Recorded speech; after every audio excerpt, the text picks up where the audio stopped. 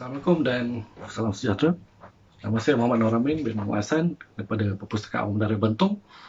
Hari ini saya akan kongsikan dengan tuan-tuan dan puan-puan semua mengenai bacaan kegemaran saya, sebuah buku yang bertajuk 6 Years in the Malay Jungle.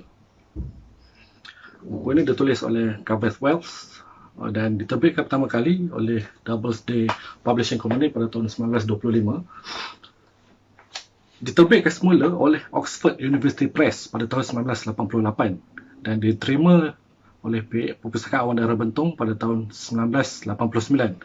Jadi buku ni dah berada dalam sirkulasi lebih 31 tahun dah, dan banyak orang dah pinjam buku ni sepanjang dalam simpanan kami. Gareth Wells adalah seorang jurutera daripada Britain yang muda pada ketika itu.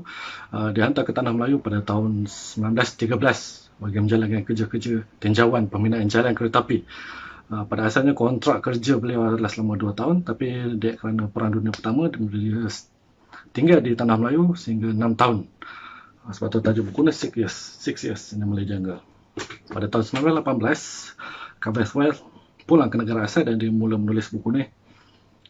Buku ni menceritakan tentang catatan-catatan penulis sepanjang menjalankan kerja-kerja survey dia bermula pada tahun 1913. Jadi 1913 ni kalau ikut tarikh sekarang ni dah 100 tahun yang lalu, dah lama dah ni.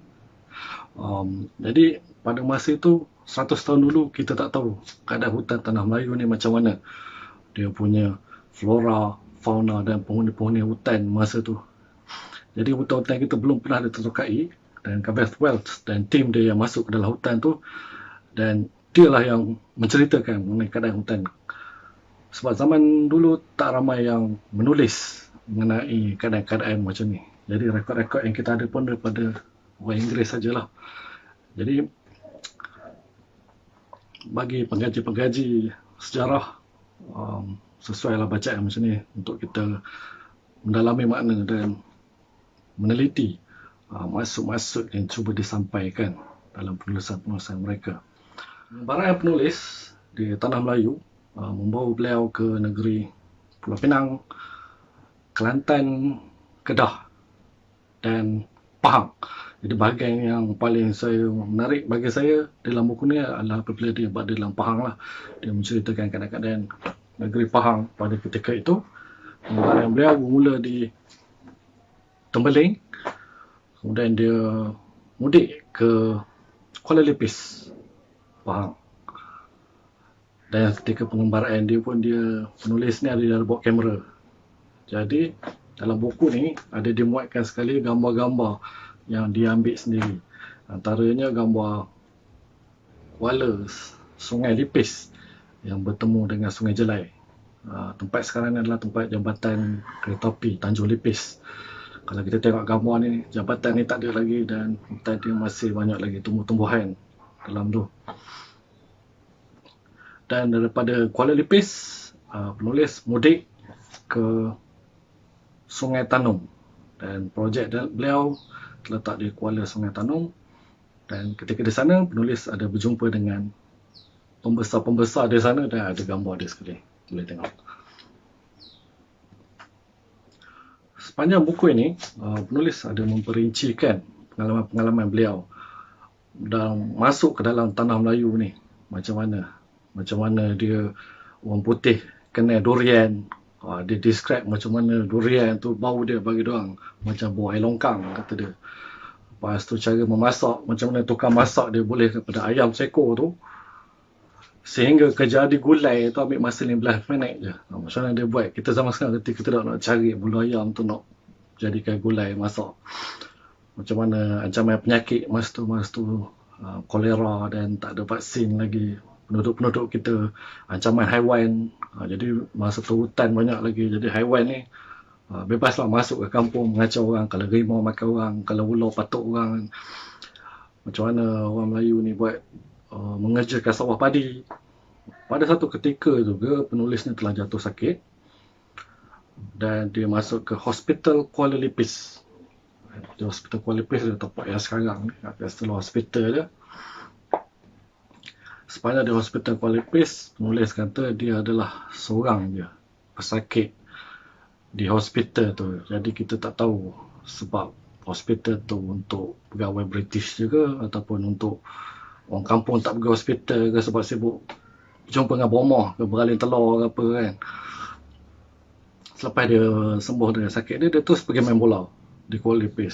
Jadi bila dia menyebut dia main bola sepak di Kuala Lumpur, jadi kita tahu ada satu je padang bola yang dibina oleh pihak Inggeris pada ketika itu di sekolah menengah Clifford.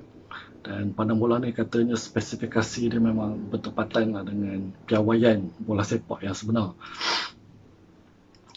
Dan selepas itu dia ke Hill Station di kawasan dia tidak diberitahu dengan terperinci kawasan mana, mungkin di Gap, Fraser Hill, Kuala Kubu Baru.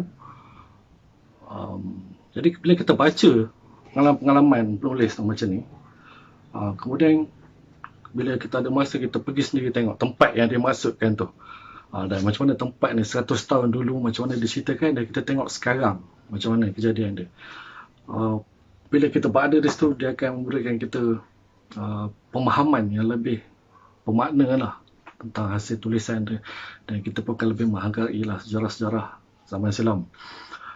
Sebagai contoh, Hill Station yang dia pergi tu sekarang ni mungkin dah roboh, jadi kita pergi sendiri ke sana dan kita tengok sendiri. Dan bila sampai sana kita cakap, mungkin inilah tempat yang Wells pergi tu, yang dia cerita rumah warna pink apa semua tu.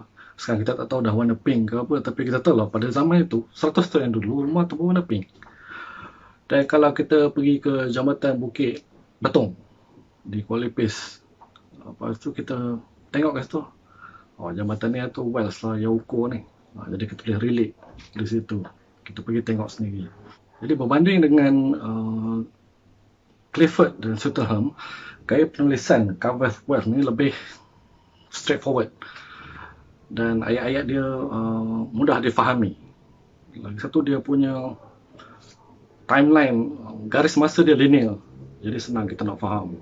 Pendapat dan komentar penulis pada ketika itu tidak semestinya benar.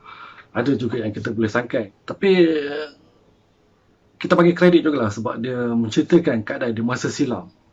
Jadi dengan buku ni kita tahu 100 tahun dulu macam mana keadaan di tempat kita.